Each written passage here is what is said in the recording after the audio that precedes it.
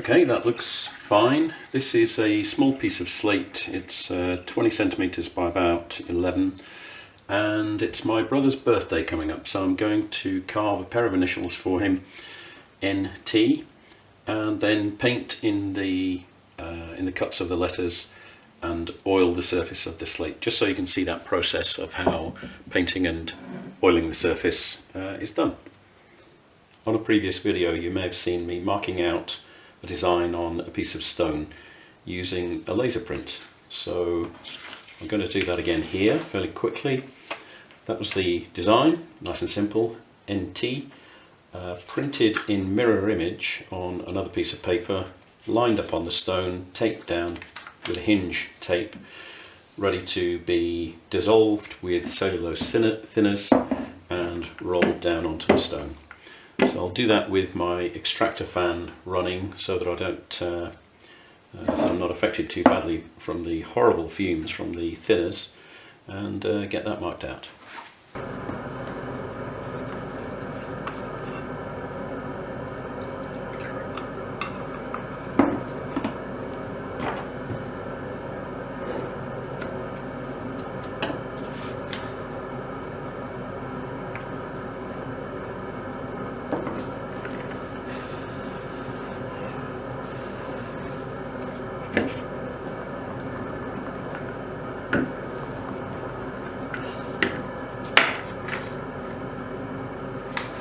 I've got quite a wide chisel to be able to reach from the bottom of the cut out to the edge. So I'll get started on that and do this fairly quickly and then cut to the painting and the oiling.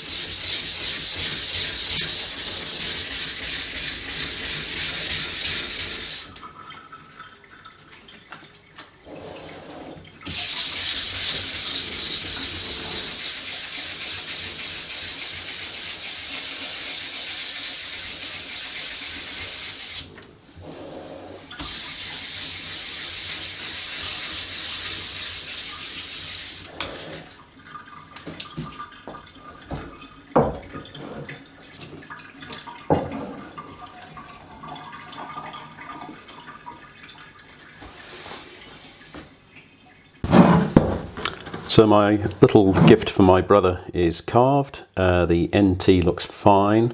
This piece of slate turned out to be really quite splintery and hard, but the lettering has come out okay. So I'm going to paint that. There are two main ways of painting inside lettering. You can use a very small paintbrush with a tin of enamel paint, but that takes quite a while. It's very fiddly, and you paint a little bit over the edge of the letters onto the surface of the slate and then sand it off again afterwards. Rub it down with 400 grit wet and dry paper. But I don't do it with a paintbrush. I use spray paint. It's similar kind of paint. It's enamel paint, comes in a tin. You can specify any colour you like. I'll put a link down below to the manufacturer I use. And I spray it on a Lazy Susan. It's just got one of these sets of bearings underneath a piece of old scrap wood, and I put that on the floor, have a fan running to blow the fumes of the paint away because it's fairly smelly, have the extractor running, and I'll put my lettering on the Susan, turn and spray from all directions so that the letters are filled evenly all the way around. But first I'm going to tape up the letters so I don't get spray paint on the edges.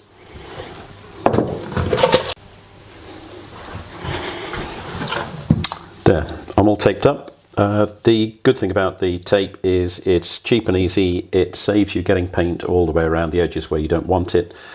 It also cuts down the amount of sanding that you have to do because there's less paint to take off the surface. But you want to get all the way around the edges so that you don't get anywhere you don't want it. So I'll now spray that into the letters, give that a couple of hours to dry, and then rub it down.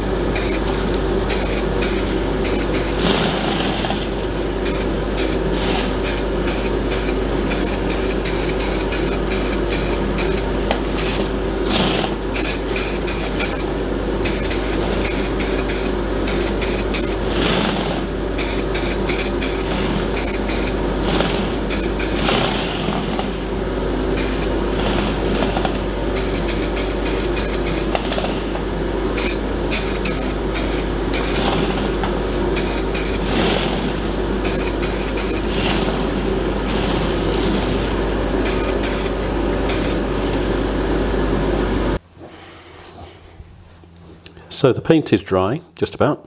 I normally just use a thumbnail just to make a line in the paint just to see how hard it's gone. Time is pressing though, I need to get this done, and it is hard enough.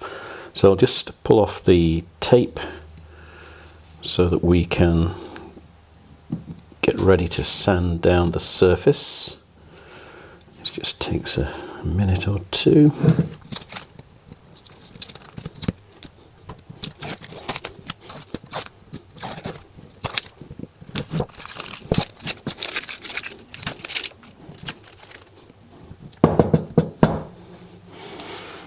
Okay, ready for sanding.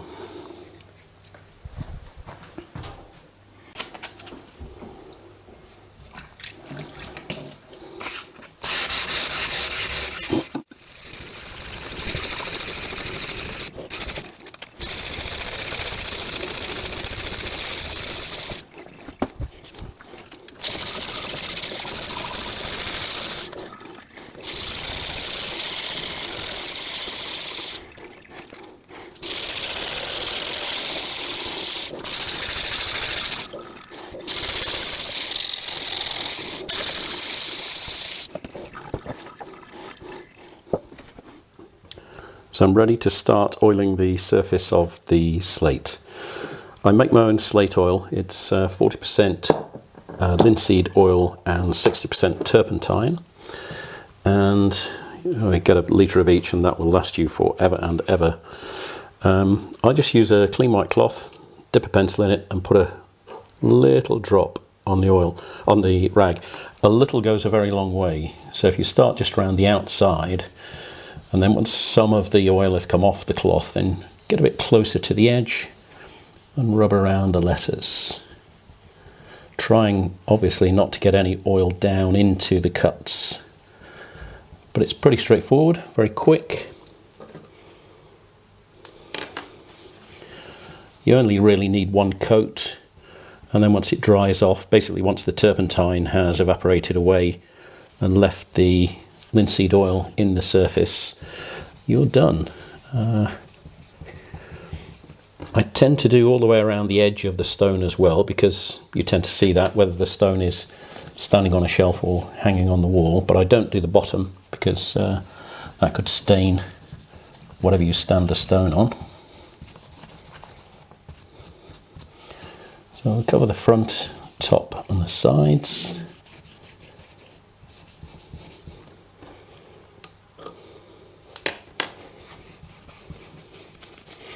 And as you can see, it darkens the slate. It really makes black slate very, very black. And this is kind of slightly greyish slate to start with. It makes it much darker and improves the contrast with the paint in the cuts. It's a really nice finish. I'll just do the top and the other edge.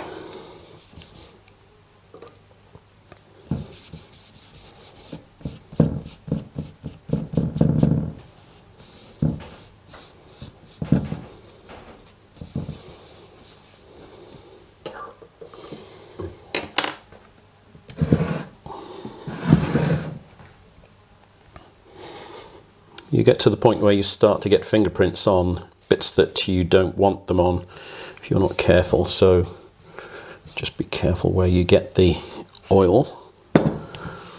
So that's kind of done. Now just give that a bit of a rub in. Just get the excess oil off the surface.